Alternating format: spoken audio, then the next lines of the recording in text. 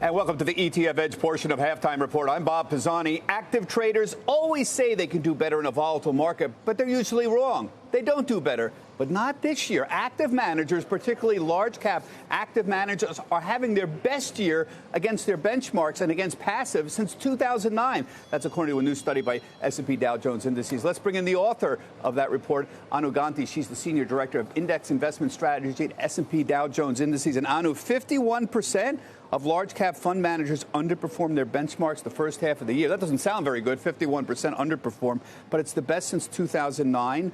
On average, about 68% of large cap managers underperform, so it's good. What are active managers doing right this year? Well, we've seen relatively better underperformance this year, and you're right. There's a few key reasons. Number one is rising dispersion, or the spread among returns in an index. And the greater that spread is, the greater the opportunity to add value from stock selection.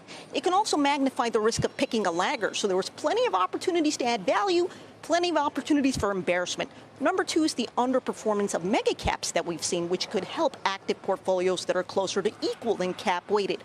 And finally, value outperformed after decades of underperformance. So these are all key reasons why we saw some potential tailwinds in this declining market. You know, I've been reading this study for almost 20 years. This is one of the things S&P is famous for, their study of active managers. They've been doing it for more than 20 years, but the results generally are pretty poor.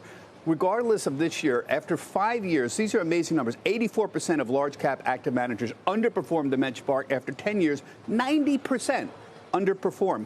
Look at these numbers. What accounts for this astounding underperformance? Can we make any conclusions? You've been doing this study almost 25 years. I'll give you three reasons. Number one is cost, right? Active managers generally have higher cost than passive managers. So right off the bat, they're starting off with a higher hurdle, a higher yardstick.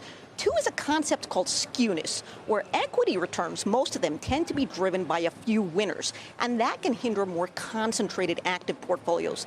And finally, the professionalization of the industry. Investment management is a zero-sum game, as there's no natural source of outperformance. And if you look back to the 1960s and 1970s versus now, it's been dominated by professional investors competing against each other, and it's that much harder to generate that alpha. It makes sense when you explain it that way. Now, we're going to have a lot more on the active versus passive investing debate with Anu and Tom Light. He's the founder and vice chairman of VettaFi. That's coming up at 1 p.m. Eastern Time on ETF Edge.